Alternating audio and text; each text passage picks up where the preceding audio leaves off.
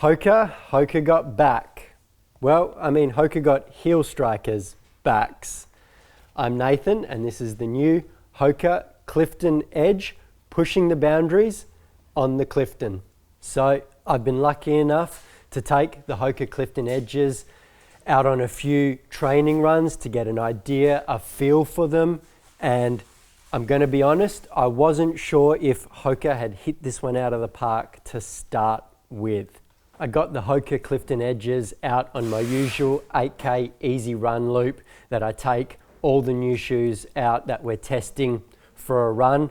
And as I said, I wasn't sure about the Clifton Edges to start with. And for the first couple of K, I didn't get them. But then my run took me on a little downhill section. My gait changed. I started to strike more through the heel. And I tell you what, the Clifton Edge really came to life after that. And I realized that I tend to be the more midfoot, forefoot striker.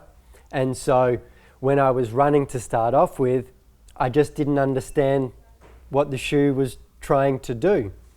And if you're a heel striker, which, hey, it's okay to be, there are plenty of heel strikers out there. Most of us are heel strikers. And even I, once I fatigue, become a heel striker. Well, this could be the shoe for you. The longer my run went, the more I obviously started to get more heel striking, the more comfortable this shoe felt underfoot. I got the smooth, soft landing and the transition through the midfoot, and then that nice little poppy toe off with the new foam that HOKA has through the midsole. Let's talk about the midsole. Obviously, underfoot, you get a nice amount of it. It's a nice, wide, stable platform.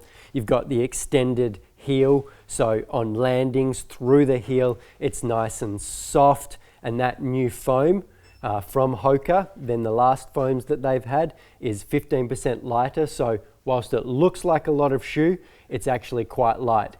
And I know we will get into the specs later, I promise. As you transition through, the nice flex groove moves with your foot as you move into your midfoot strike, and then as I said, with the firmer foam through the toe, it gives you a nice little pop off. Underfoot, we see a rubberized EVA outsole from HOKA to give it that nice durability and also keep that weight down, along with HOKA's well-known Meta Rocker to further enhance that toe pop. In the upper, we see an engineered mesh TPU yarn from HOKA, keeping it nice and lightweight and breathable when you're out there running. As we move back up the shoe, you get a nice midfoot lockdown over the midfoot, around the heel counter and flared heel collar here. There's a nice amount of cushioning inside to not have any heel slip. And the heel flare I really like because it doesn't cause any Achilles irritation. Furthermore, with the upper, the tongue. It's really thin and bendable, but around the ankle, if you're wearing ankle socks, I did find it just caused a little bit of irritation. Now, changing to a longer sock, I had no issues at all and didn't even think about it. It was only when I was wearing ankle socks that it caused that. The specs we got here, I promised you we would. So a men's size 9, weighing in at about that 250 gram mark. A women's size 8, about 200 grams. The stack heights, now they're different for men and women. The men's is 29 in the heel and 24 in the forefoot. The women's is 26 in the heel and 21 in the forefoot, both with a 5mm heel to toe drop.